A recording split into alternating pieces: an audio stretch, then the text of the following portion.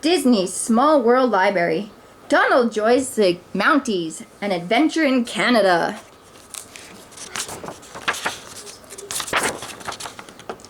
Donald Duck stepped off the train at Toronto's Union Station. This was the moment he had been waiting for. Ever since he had read about the Royal Canadian Mounted Police, all he could think about was becoming a Mountie. Now that he was in Canada at last, Donald's cousin, George Leduc, was at the station to welcome. "Welcome," he cried. "I can't wait to show you around. Canada is a very big country, and I want you to see everything." "Where can we find some Mounties?" called Donald, but George was already too far ahead of him to hear. "This is the tallest tower in the world," said George, pointing to the famous CN Tower. "Just wait until you see the view from the top."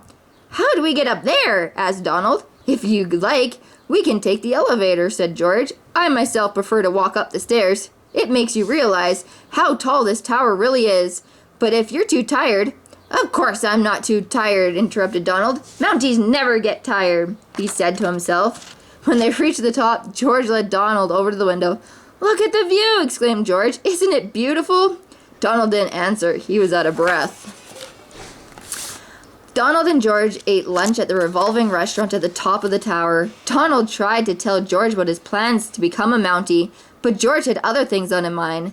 "Let's talk about the Mounties later," Donald said. George, "right now we have more sightseeing to do." They headed over to an exhibition park where the Canadian National Exhibition was taking place. "There's much to see here," said George enthusiastically. "Horse shows, dog shows, flower shows. And look at this wonderful science fair." Donald had to jog just to keep up with George. "Are there any furniture exhibits?" he asked. "Maybe someone has a nice comfortable bed I could try." After the exhibition park, George and Donald went to a huge building in the middle of the city. "This is Casa Loma," said George. "It's the largest castle in North America. Let's go on a tour, but please be sure to stay with the group. With 98 rooms, it's easy to get lost." "Mounties never get lost," thought Donald. "I'm sure it would be all right if I did some exploring on my own," he said to himself, sneaking away from the tour. Soon, Donald realized he didn't know where he was. He leaned against a wall to rest. Suddenly, the wall swung around, and Donald found himself in a long tunnel. He walked to the end of it and found the fanciest stable he had ever seen. It had marble walls, and even the water troughs were made of porcelain. Just then, the guide appeared beside him. "There you are," she said, laughing. "Someone gets lost on every tour, and I always know to look in the secret passage." When George and Donald left the castle, they saw a parade coming down the street. "Look!" cried Donald. "It's the Royal Canadian Mounted Police." "The Canadians think they're the finest police force in the world," said George proudly. "I like their uniforms, too. Don't you think I would look great in one?" Donald asked. Before George could answer, Donald called to the Mountie who was closest to him. "Hey, where do I sign up to be a Mountie?" "You'd have to go to the Mountie headquarters over there," the Mountie replied, pointing to the nearby building. "But I don't think you—" Donald didn't wait to hear the rest of what the Mountie had to say. He was already on his way. Donald burst through the doors of the Mountie headquarters. "Where do I apply?" he asked breathlessly. The sergeant sitting behind the desk gave Donald a form. Donald quickly filled it in and handed it back. "I'm sorry," the sergeant told Donald after reading the application. "In order to be a Mountie, you must be a Canadian citizen." Donald walked out of the headquarters feeling sad. He knew he would make a great Mountie, but he'd have to figure out a way to prove it. Suddenly he had an idea. "I've got it!" he cried. "I'll practice being a Mountie and doing good deeds. Once the Mounties see what a fine job I'm doing, they'll hire me right away, even though I'm not a Canadian citizen." That night, Donald asked George for his advice. George suggested that the Alouquin Provincial Park would be a great place to practice. The very next day, Donald boarded a train for the park. George handed him a present. Donald unwrapped the present. "History of the Royal Canadian Mounted Police," he said. "Thanks." Donald waved goodbye to George as the train began to move. The train took him past beautiful green forests, rocky canyons, and sparkling lakes, but Donald was too busy with his book to take notes of the scenery. Donald got off the train near the park. There he saw a group of people heading for a bus. They were going on a tour of an old mine. "Here's my chance," thought Donald. Abandoned mines can be very dangerous. These people may need help. Donald hopped on the bus and followed the group to the mine. Inside the mine, Donald heard a woman call to her husband. "Oh, Harold," the woman said. "Look at this beautiful stone I found on the ground." Donald watched as the woman put the sparkling gem in her pocket. Donald raced out of the mine and ran to the nearest Mountie post to report the crime. "Thanks for trying to help," said one of the Mounties. "But this is a special event called Jamboree," he explained. "During this time, tourists are allowed to keep any stones they find and minerals they find."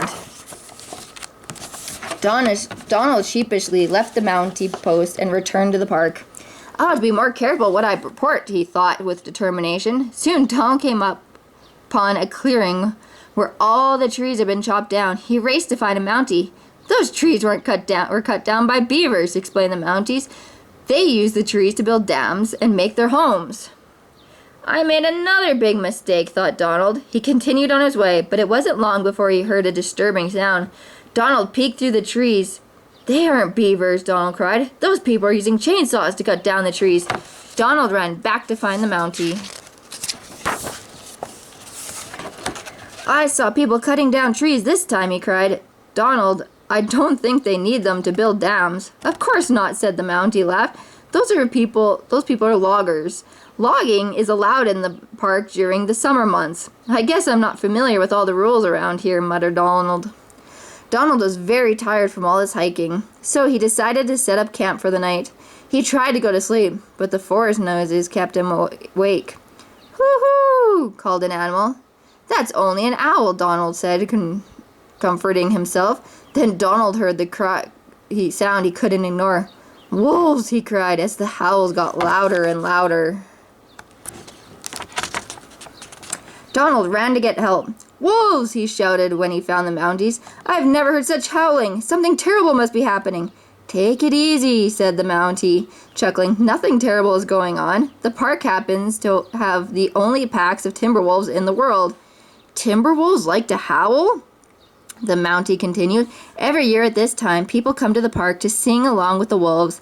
That's why the howling is so loud tonight." "Oh," said Donald, feeling silly. "I didn't know."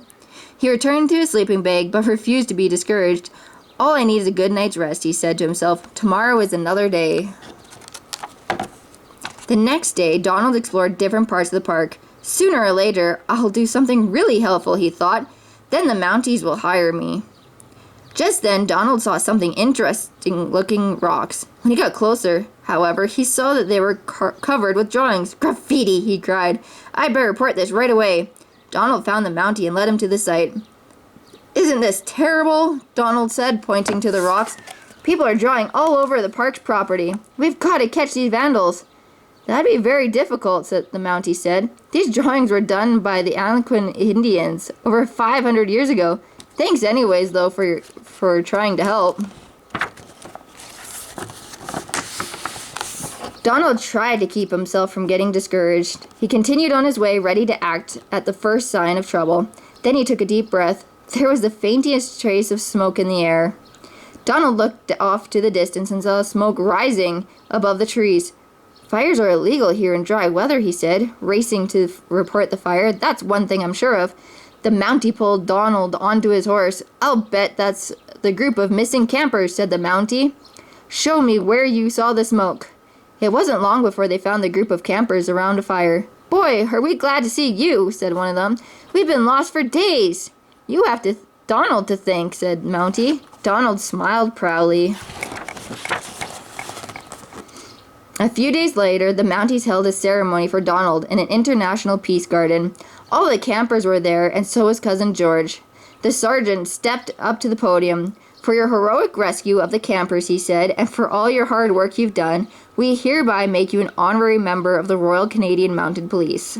The sergeant presented Donald with a maple leaf pin. "This is the proudest day of my life," said Donald. "I never thought I'd get to be a Mountie," admitted George. "But you really did it. You had a dream and you didn't give up." "Mounties never give up," beamed Donald. "Everyone knows